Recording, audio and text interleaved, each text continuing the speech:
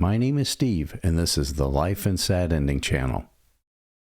Susan Oliver was born in New York City in 1932. Her birth name was Charlotte Gerke.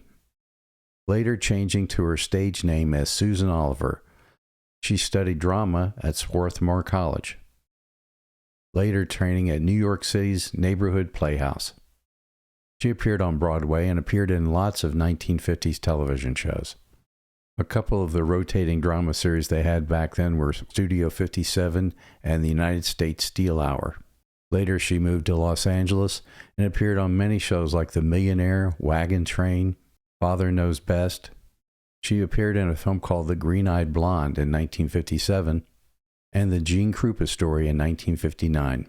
Later in the 1960s, she appeared on Bonanza, 77 Sunset Strip, The Fugitive, Route 66, and Dr. Kildare.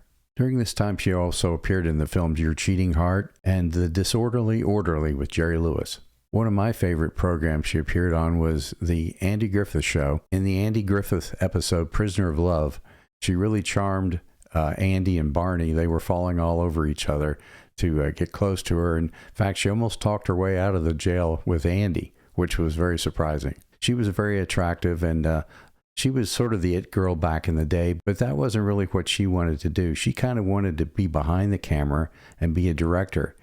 Eventually, I think she did direct an episode of MASH and Trapper John M.D., but back in those days, that sort of thing was the good old boys club, so it was probably hard for her to try to make a big career out of directing. One of her most famous roles was as Vina, the green girl, in the episode Star Trek called The Cage.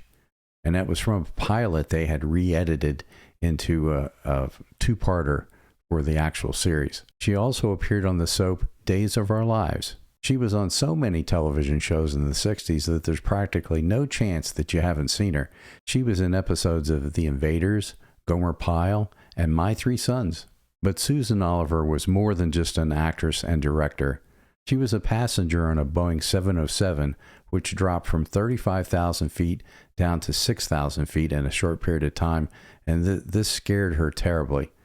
And actually, it was the same day that Buddy Holly died in his plane crash. That was in 1959. And this created a paralyzing fear of flying. She wouldn't fly at all then. Her fear of flying didn't keep her down. She decided to overcome this. She would become a pilot herself.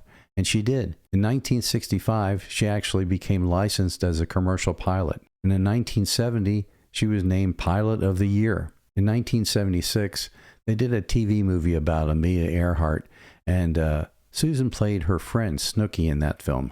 During the 70s and 80s, Susan continued to appear on television, notably in Murder, She Wrote and The Love Boat.